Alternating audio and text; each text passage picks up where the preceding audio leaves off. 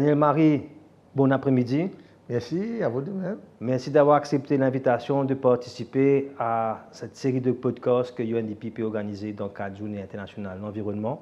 Un plaisir. Journée internationale de l'océan, qui plus concerne nous en tant que directeur MOI. Daniel, avant de me poser une question très spécifiquement sur la thématique océanique, vous pouvez faire je vais légèrement brosser un petit peu le tableau de la situation concernant la situation mauricienne par rapport aux océans. Donc, Maurice, il y a une petite île qui a une ressource terrestre extrêmement limitée et un lagon qui entoure nos îles.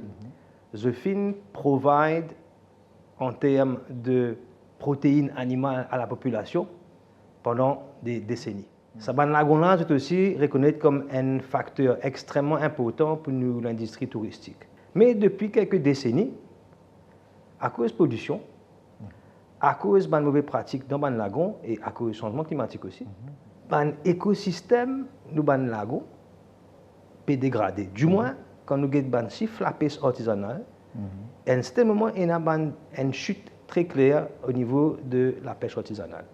En même temps, quand nous causons l'océan en Maurice, il ne fallait pas oublier qu'il y a une zone économique exclusive en dehors du lagon qui fait 2,2 millions de kilomètres. Et sa zone économique exclusive là, nous pas encore connu vraiment comment on peut explorer ça. Mais en même temps, souvent je dis que c'est l'avenir Maurice. Blue Economy, c'est l'avenir Maurice. Tout ça pour dire que la conversation sur les océans est passionnante. Alors, bien sûr. Vous êtes aujourd'hui à la tête de MOI, dans le parcours personnel, qui finalement où un intérêt assez puissant comme ça pour tout ce qui est recherche en océanographie. Where do you come from? D'où venez-vous et comment est-ce que vous êtes arrivé là où vous êtes aujourd'hui? Très bien. Donc, bonjour à tout le monde et bonjour à vous Stéphane. Merci de m'inviter pour faire ce podcast-là. Comme on a tout analysé cette question, je suis vraiment intéressé. Je me dis, c'est vrai, c'était le moment où jamais de parler de ce que je sais. Donc, moi, ça fait 25 ans que je suis dans le centre océanographie de Maurice.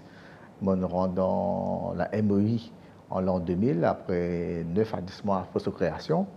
Et d'ailleurs, quand je suis rentré comme un chercheur dans le département de chimie. Donc, mon rôle, c'est pour écrire un projet chimie, l'océan. Et d'ailleurs, moi, je connais que la MOI créé ce premier travail de la MOI pour faire, c'est pour travailler sur l'extension de cette zone exclusive. Et nous avons fait ça. Donc, quand on rentré, c'était ça un des moments de premier travail que je dois faire. Travail pour capable de faire une demande aux Nations Unies pour faire ça. Et moi, ma qualification, c'est de commencer avec une licence en chimie et les sciences de l'environnement, que de prendre tout ce qui est la chimie marine, la biologie marine, tout ce qui est l'océanographie physique. On a passé pendant 3 années. Finalement, on a une connaissance de tout ce qui est la mer. Et je me fascinais par ça, le fait que des petits petits, je suis sorti en gobe, je suis toujours assis au bord de la mer pour me faire une révision. Et je suis toujours fasciné par tout ça, la loi qui n'a pas dans la physique, là, mais comment il est déjà là. Que ce soit le mouvement des vagues, que ce soit qui fait marée, là, pas continuer monter à un moment, sinon il continue monter, pas sur un pays, et mais qui fait qu'on la ligne monter, la marée là monte en même temps. Je suis toujours fasciné par ça, mais seulement, je me dis oui, c'est bon, mais pas plus que ça. Mais après, je suis toujours fait la chimie, contre la chimie, et comme je fais mon chimie, après, je trouve dans un domaine sans attendre que tu as un produit pharmaceutique dans une plante, et ça m'intéresse moi. Après, un jour, comme je rentre dans l'MOI, je me dis, par contre, produit pharmaceutique, premier projet qu'il nous écrit, c'est comment pour un produit pharmaceutique depuis un organisme marin. Et là, je gagne la bourse en Belgique pour mon postdoc. Côté là-bas, je travaille dans une éponge qui m'a ramassée dans la contre-biche et je trouve une substance, un alcaloïde, qui s'appelle motopuramine, qui est puissant contre le cancer. Et 2 ans de cela, je découvert ça et je patente ça. Donc, si je venu 4 ans avant, c'est moi qui peux gagner ça. Et là, je me dis, c'est vrai, il y a vraiment une richesse dans la mer. Et d'ailleurs, quand on commence à lire, il dit que l'éponge marine, c'est un des animaux, c'est l'arbre de la vie, qui est le premier dans l'arbre de la vie, qui est là depuis tout le temps. Et d'ailleurs, les médicaments que nous pouvons gagner, ils sont sortis d'un organisme qui n'existait depuis des années. Pourquoi? Parce que ça veut dire qu'ils sont résistants à un changement autour d'eux. Ces molécules qui survivent, c'est parce que moléculaire, c'est une caractéristique de combattre toute maladie autour. C'est que ça, l'éponge est importante. D'ailleurs, l'altération a démontré que la plupart des éponges dans le monde entier, c'est une activité qui est intéressante comme plusieurs maladies qui nous ont. Donc, là, mon intérêt commence à grandir. Mais bon, il n'y a pas grand risque pour l'éponge à ce moment-là. On commence à penser que la conservation est importante parce que c'est la conservation, on peut aller voir après. Mon développé comme ça, après, moi, je suis bien content. Le fait que mon chimiste, qui changement de qualité de l'eau, important. C'est tout ce qui est pollution, ça m'occupe aussi. On commence à travailler dans un projet. Et là, on commence à travailler dans un projet qui s'appelle Submarine Ground Water Discharge. Ça veut dire des choses de douce dans les lagons de Maurice en utilisant des radioisotopes, ça veut dire des isotopes radioactifs qui trouvent naturellement dans le Rose, qui est dans la mer. Et nous avons chaque moment tracé pour guetter comment de l'eau douce rentre dans le lagon. Pourquoi? C'est l'importance. Nous pensons qu'il y a de l'eau douce qui peut sortir dans la terre, qui peut aller là-bas. Il y a possiblement un vecteur de polluants. Et à cause de ça, on étudie ça.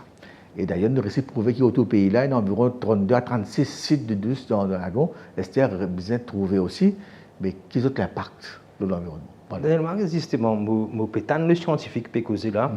Donc, dans MOA, je fais beaucoup de recherches, je suppose. Oui, extrêmement. Qui ça m'a recherche a révélé l'état de l'écosystème marin? Est-ce qu'ils sont healthy? Qui ça m'a l'étude a révélé? Donc, oui, c'est vrai, on a raison. C'est vrai, on a beaucoup d'études à faire. Et c'est mon mémoire, parfaitement des fois, environ 40 types de projets nous faisons depuis nous exister. Et donc, on peut faire un projet. Et on a beaucoup de projets. Et à un moment, c'est un projet, notamment par 3 registres. Un, c'est la conservation.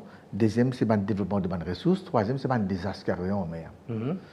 Et donc, tout le désastre qui arrive en mer aimerait être contacté pour donner certaines données. Concernant la conservation, nous faisons beaucoup de projets. Par exemple, nous avons un projet la restauration des récifs coralliennes. Nous commençons en 2007 que nous commençons à faire une étude pour que qui de corail, nous avons fait plus de land-based nursery. Ça veut dire une nurserie qui se trouve sur terre, pour encore la mettre, créer un effet de vague de la terre, de cette chose-là. Après là, mettre une salinité pareille, guetter son niveau d'oxygène, faire pousser, guetter qui corail qui reste. Après, en même temps, qu'on parle des gens qui poussent en mer, faire une nurserie en mer. Nous faisons l'étude là, nous avons une liste de corail qui pousse bien. En 2017, nous avons une casse avec le gouvernement pour montrer à PC comment faire ça. Nous commençons à montrer PC comment faire ça. Donc, finalement, il y a une importance parce que les récifs coralliens, il y a une donnée qui est sortie en 2015 d'un rapport fait par un japonais. Ce projet-là a été commissionné par l'environnement, que dirait comme ça résiste 20% de nos bandes corail qui vivent. Donc 20% de ce qui tient là, resté. Donc le lagon pas rempli 100%. C'est un pourcentage de lagon qui remplit corail, mais il résiste 20%. Qui veut dire qu'il y a une grande décline.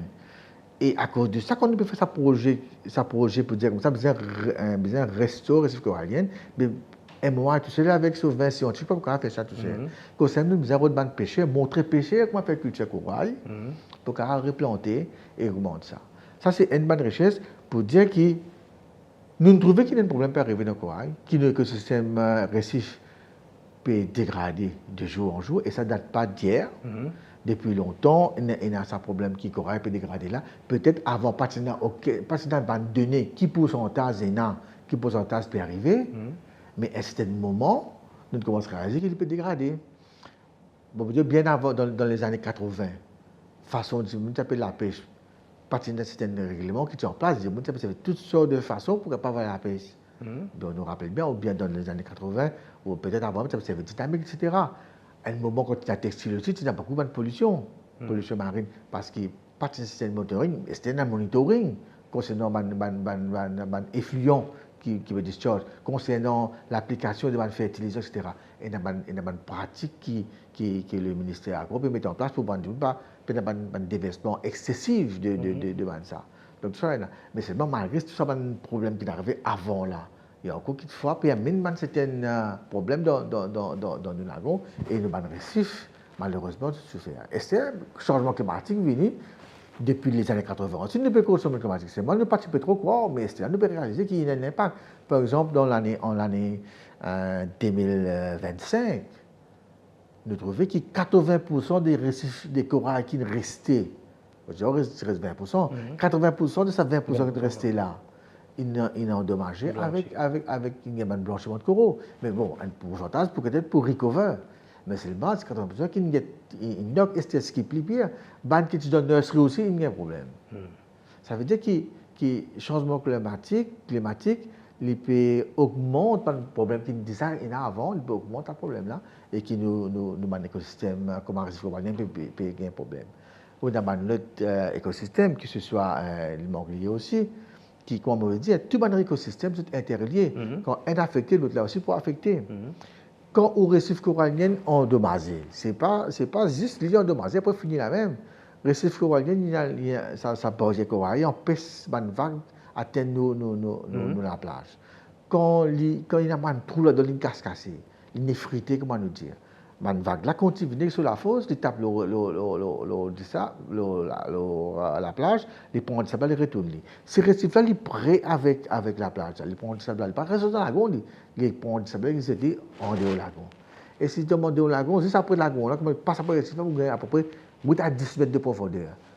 Ça ne devrait pas pour retourner ça, mais ça, parce qu'il faut une vague, même au que ça ne va retourner. Il faut une vague 10 mètres pour aller faire du sable là. On peut dire ça tout de suite. Donc finalement, quand on dit ça, on reste là-bas. On peut dire où la plage, ce qui peut arriver autour de Maurice. D'ailleurs, coastal erosion, c'est un des problèmes qui ne peut gagner, c'est un qui bien faire face. Et quand on dit en anglais, c'est un mounting problem. Il peut continuer à monter. Ça. C'est vrai, le ministre de l'Environnement peut faire ce travail, peut-être qu'on ne fait pas arrêter ça, mais il a. Quand ça arrive, nous dire que c'est vrai, il y a un déclin dans ça, dans la pêche artisanale. C'est vrai, quand corail peut endommager, avec corail bleaching ou whatever, mais on peut décréer, on peut diminuer l'habitat de poisson, on peut que le poisson là pour rester. Ouais. C'est vrai qu'il ne peut faire un défaut, mais c'est nos écosystèmes, c'est vrai, il y a un problème. Docteur Marquis, il est intéressant qui me signaler qu'une cause l'impact le corail. Et là, on fait cause de la pêche aussi, qui a impacté forcément si corail, impacté la pêche, impacté. Intéressant de noter que UNDP, l'ON projet qui est soutenu par Adaptation Fund, peut soutenir la restauration corallienne dans Maurice. Ce travail se fait en collaboration avec MOI. Et côté la pêche, ces dernières années, il y a un projet qui s'appelle Ecofish, soutenu par l'Union européenne, qui là, pour aider les pêcheurs à rôder la vie en dehors du lagon parce qu'il était aussi important de laisser le lagon souffler un petit peu, se régénérer. Bien sûr. Donc tout ça pour dire que recherche qui peut causer, constatation qu'il fait, projet qui peut causer, aussi certains d'entre eux il fait avec collaboration UNDP et il fait collaborer avec l'institution mauricienne. Il n'y a pas que ça. Il n'y a pas que ça. C'est vrai, le projet sur les récifs coralliens, comment restaurer les récifs coralliens. En même temps, ce qui est bien de noter, ce n'est pas juste restaurer les coraux, c'est réhabiliter un écosystème serviceuse. Un écosystème, de nous, comment dire, good and services, good là, c'est poissons, etc., avec tout ce qu'il y a, éponge, mais un service. Par exemple, la pêche érosion, c'est un service qui lui rend un écosystème. Donc, nous faisons ce projet-là avec UNDP, c'est vrai, MOI, avec Albion Fisheries Research Center, ils participent. Le projet ongoing, nous fait beaucoup d'avancées, etc.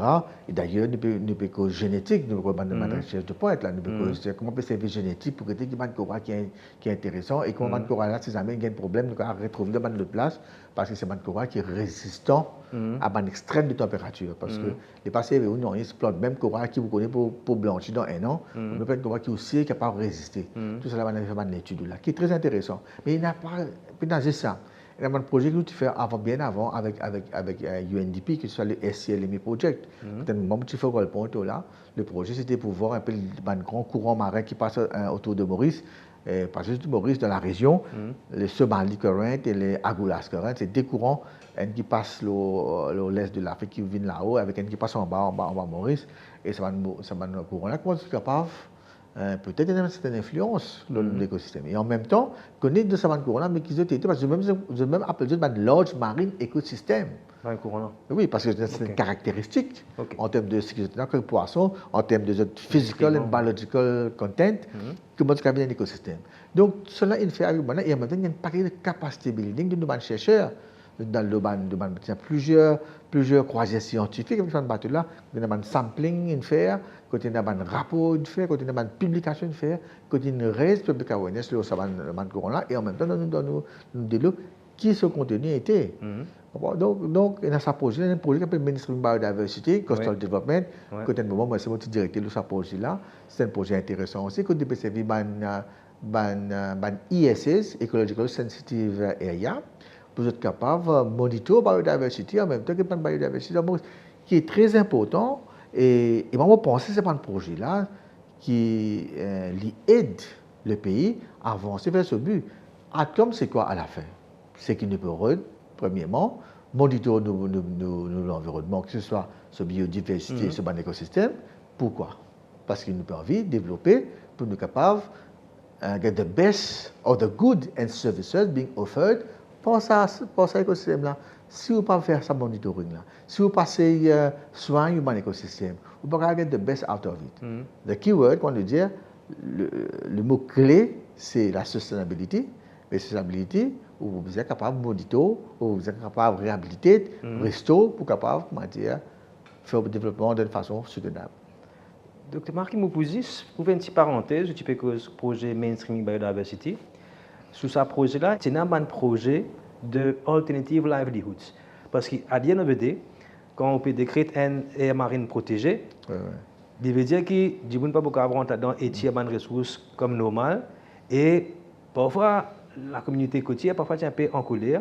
En tout cas, nous proposons un programme de permettre aux PCR de développer les autres capacités, les autres compétences, capables de permettre aux autres, pendant que sa zone-là fermée, parce que parfois, il y a un côté saisonnier, sont capables de gagner la vie autrement. Tout ça pour dire que quand nous pécose les écosystèmes marins, nous aussi prenons en considération l'importance et les retombées pour la population et la population immédiate, c'est la population côtière. Donc, juste pour ajouter là, d'ailleurs, le projet Mainstream Biodiversity, comment vous dire, des affaires qui me touché là, qui me trouve vraiment intéressant, tu retravailles un plan de gestion de ban parc marin, surtout pour Blue Bay et Sempa.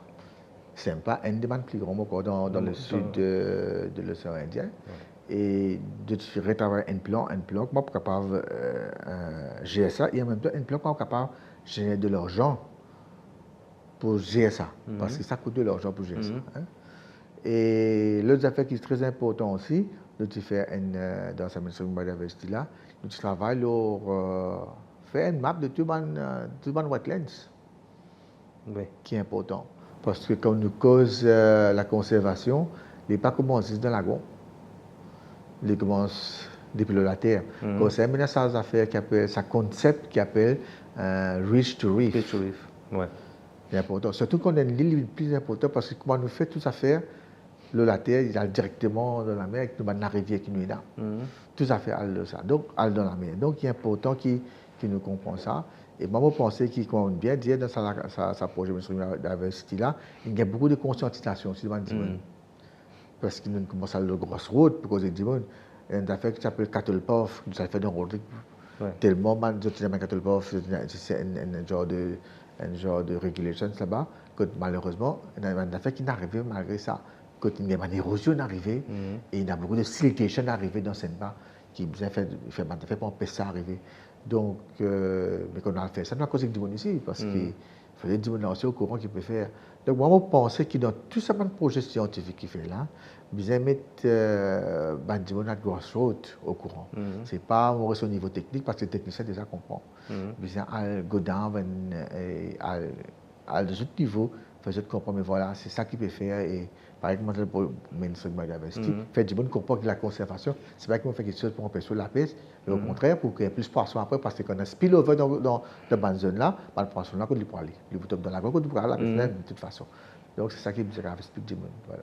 En tout cas, concernant la fermeture et l'ouverture de la pêche à l'ourite, nous trouvons que le résultat là assez probant. Oui, bien sûr. Un stock ourite peut régénérer comme bizarre et donc nous trouvons que c'est très positif. Il y a un succès.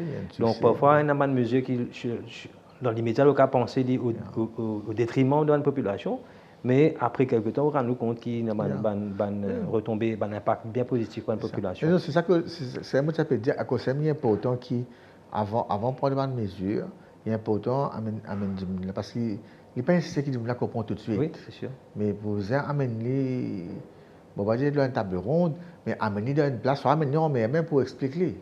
Mais voilà, ce que les scientifiques peuvent dire, quand c'est une affaire qui dit science to policy, and policy to governance, il est important qu'il y ait dans sa chaîne. Parce que moi, je fais mon recherche, si mon recherche, c'est la publication, mais le citoyen lambda pas comprendre qu'il nous peut faire. Mais il est important qu'il y ait dans sa communication là, avec Grassroots, pour que comprendre, mais voilà, c'est vrai ce qu'il nous peut faire, si on continue dans sa direction, il peut avoir un impact. On trouve telles affaires, nous sommes capables peut-être changer de façon de faire. Voilà.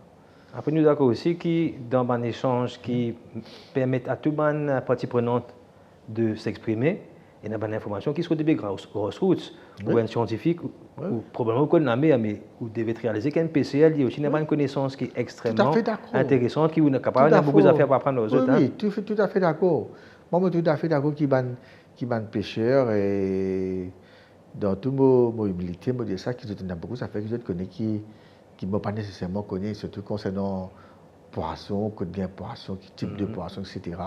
Le NPC est capable de dire, oh, autant la même montée de bouquin poisson, pas la pêche dans tel lait, de bouquin poisson. Je connais ça, cette affaire-là. Moi, je dis la pêche avec un NPC, il dit, moi, dans telle place, je suis un petit peu inquiet parce que je pense pas pour poisson. Si je n'ai pas de poisson, je m'arrête la pêche. C'est correct. Dans la pêche, nous pouvons camper sans rien pour manger, nous avons poisson. À cette heure du soir, nous avons poisson frais pour manger. Donc, normalement, ils connaissent ça parce qu'ils vivent là-bas, ils connaissent ça. Ils passent plus beaucoup de temps qu'ils boivent dans la mer, donc normalement, ils connaissent plus. Mais après aussi, il y a une information qui vient de passer peut-être de génération en génération. Et je n'ai pas de knowledge qui n'est pas forcément écrit quelque part. Mais je te connais. Donc, marqué récemment, c'est dans Ocean Week. Alors, justement, qui ban main takeaways de sa Ocean Week là pour un petit peu qui ne pas trop suivre l'actualité? En fin de compte, quand on fait Ocean Week, moi, il y a un peu de découle de ce qui de faire avant, c'est dans l'assise de l'océan, tout le monde acteur qui réunit, que ce soit secteur privé, secteur public, qui cause un peu, qui ban à tout, qui fait que nous avons développé, qui fait que nous avons pas faire, c'est qu'on donne ce point de vue, le développement finalement c'est une découle de ça l'assise là, il trouve qu'il y a un secteur qui a développé, pour Maurice par exemple, il y a tout ce qui est aquaculture, la pêche, renewable energy, l'énergie renouvelable, c'est une cause le banc de recherche et innovation qui va faire.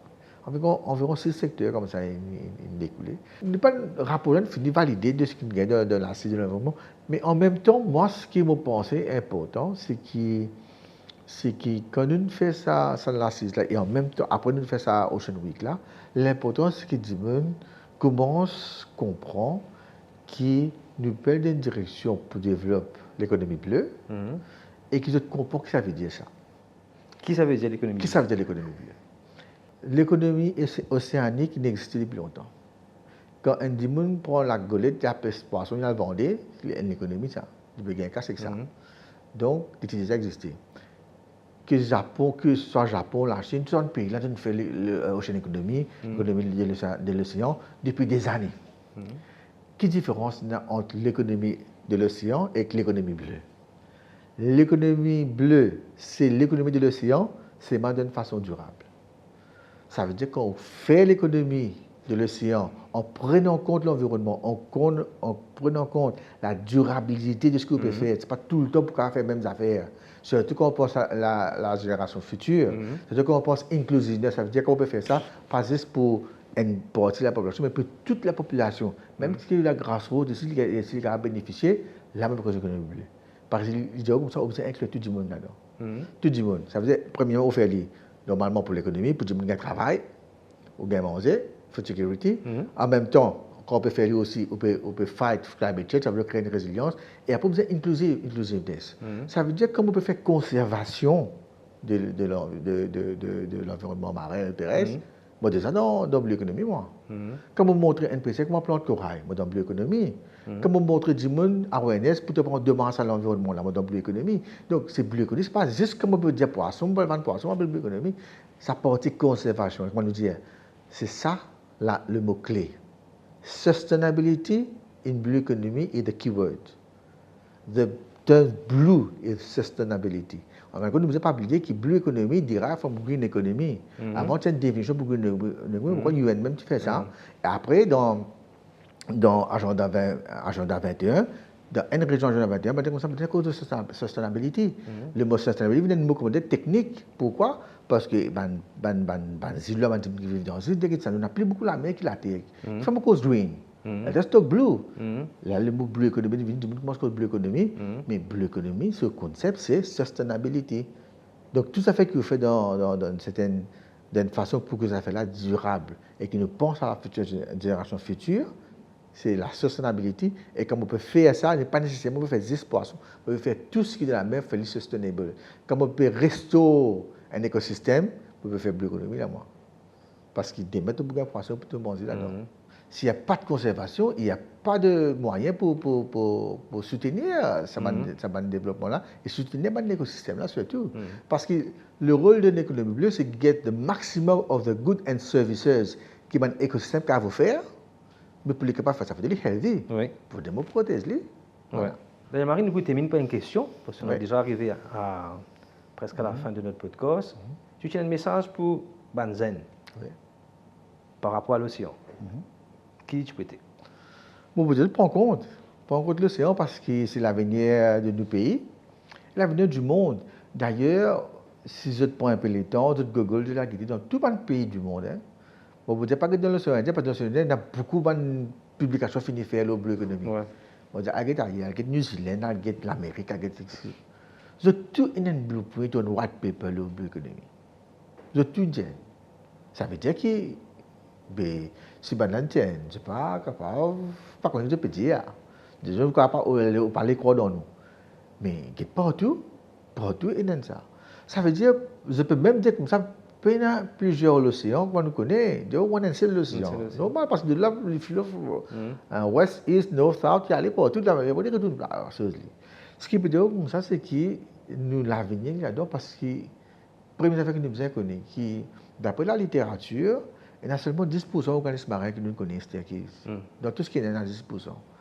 Pour faire de la mer, nous ne pouvons pas connaître qui contient quelque chose encore. Non, on a quelque chose qui reste à découvrir.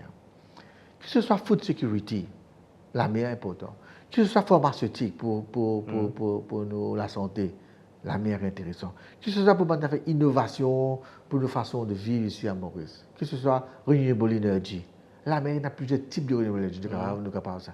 Dépendant du niveau de technologie, nous pouvons développer encore des ressources pour nous tirer l'énergie de la mer, pour nous capables de produire l'électricité à terre. Nous ne pouvons pas besoin de dépendre de fuel, le fossil fuel, l'énergie sale, comment nous dire. Donc, il y a ça. Donc, qu'est-ce que nous avons besoin? Nous avons besoin de food, correct. Nous avons besoin de la santé, correct. Nous avons besoin de l'énergie, correct. Tout ça gagne dans la mer. Donc, qui fait nous besoin de fatigue nous? Nous avons simplement focus. Et là, il y a beaucoup d'études qui peuvent faire et beaucoup de licences qui peuvent donner à l'université. Le comment développe nous la mer et produire la vie de la mer. Mais nous, pour le moment, tant que nous avons encore fait niveau technologie là, ça ne veut pas dire que nous nous continuons de manger la mer là, non. Nous devons faire une façon pour protéger la mer et nous sommes capables de connaître qui action on peut faire à terre qui prend de manger la mer. Et ça fait, moi, je dire, microplastique. Microplastique, à une époque, tu as pu dire, ça. Microplastique, c'est un peu comment on découvre microplastique dans poisson. Dans huître, il n'y a pas bien publié par les Indiens. Dans huître, il y a un microplastique, parce qu'il y a un filtre fideuse. Dans tortilles, dans oiseaux, dans seabirds, il y a un plastique partout. Donc, nous sommes comment responsables. C'est un affaire que nous sommes capables de faire à nos niveaux. Parce que nous sommes des qui, un jour, ils peuvent arriver dans la mer et quand ils viennent dans le micro, difficile pour y aller. Donc, nous sommes comment on se pense comme ça. Voilà. Donc, la mer, c'est l'avenir de l'humanité et nous devons traiter bien zoologie en attendant qu'ils nous capables d'exploser toute cette richesse dans les années à venir. Nous sommes capables de soulever à nos besoins. Voilà. Yeah. Daniel Marie, merci beaucoup. Plaisir. C'est un plaisir de vous parler, très enrichissant aussi. Merci. Et moi surtout, bonne continuation dans votre travail. Merci beaucoup, Stéphane. Merci. Merci.